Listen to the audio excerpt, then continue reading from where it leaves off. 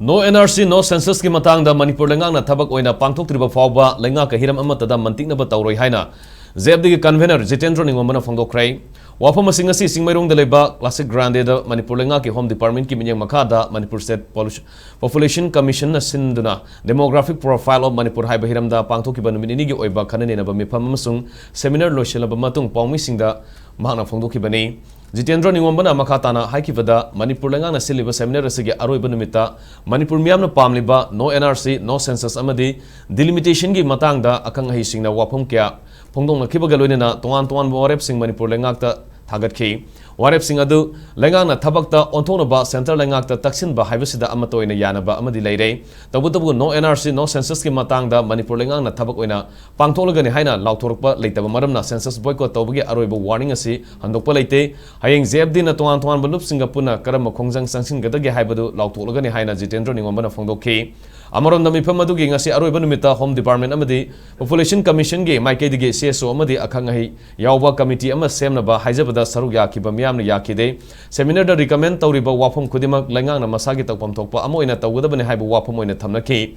mifam adu da saruk yakiba intellectual ZFD 14 CSOs kanglaipak yawna tuan balup ki lusingba amadi miyamna mitop ki wathok asi loisinaba NRC update tawraba matung census tawnaba wafam sing thamnaki adubu recommend tawnaba honabada sarang na bakara thokpa dige silliba langliba amadi saruk yariba singani gi marakta ngahak awai akhum tawnaki miyamgi wafam tarba tungda population commission amadi home department ki mohut sinduna Manipur lenga ki secretary mayengbam betona committee ama semnaba lakliba CSO amadi akhang ahi singda haijaki adubu lakliba tang 33 tagi census haugadaba tanja asida lenga ka unabagi mathau tade warep lawfam thokpa lawsi haina pukhanarpa dige NRC update tawrba matung census tawba haiba miyamgi apamadu marilenaba department na not tawshinki adubu mifam aduna recommend tawkiba wafam singi copy report asina file tawringai fawgi manungda sililangliba singna media amadi CSO singda phangalakpadi leitri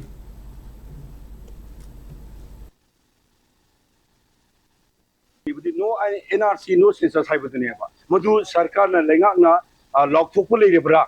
haiba pot ama wahang mulai masi phoktu koi lokthokpu letri masi khanari budu adu gi wari tu koi yabi haiba ko ani lokthorki bo pot ama koi bani na aikoina hana mamang thumjiki bo wafom tarik taruki matung de gidi na haibado madu da aikoina lokki bo war tu hongule jede aduga hayeng se tongan ba makai gi kogi jebdi ke tadmini riba makai kuding maki lai bulu singa untara matu da ko to bom fuma pamga garam ware laktoga ekogi pandam je phang gi fau de ko changjin gi ai le bina kari changjin gi ha changjin gi dige habado hayeng koi moya mai lai pose committee ga chema kanda cheso we committee government ga yorga chemba proposal jam thamai adu jebdi ki makai di strongly reject maram di adu makhalam ja koi to yaroi adu CSO की committee ना CSO कोई समझोगनी अदुगा सरकार की ओइबा legal expert अमा सेमु हाइबसो कोई माइकै दिगी समझरी अदुना मरम मरकना क्वाइटि कंसर्नदी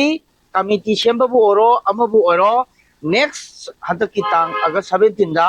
house listing अमसुन self enumeration तौदोरे ओनली 9 days very important दिन मसिनी हाइरिबा सिमयाम सिंजे सब चाना अखोई द कचलोदी सिबु की ममांगदा तबक तौदरगदी हाइदी वारे फन लौरे इम्प्लेंट तौरक्तगदी अखोई मियाम पुनमना खोंजंगदो मखाता ना चथगनी हाइबसे अखोई नौसुचरी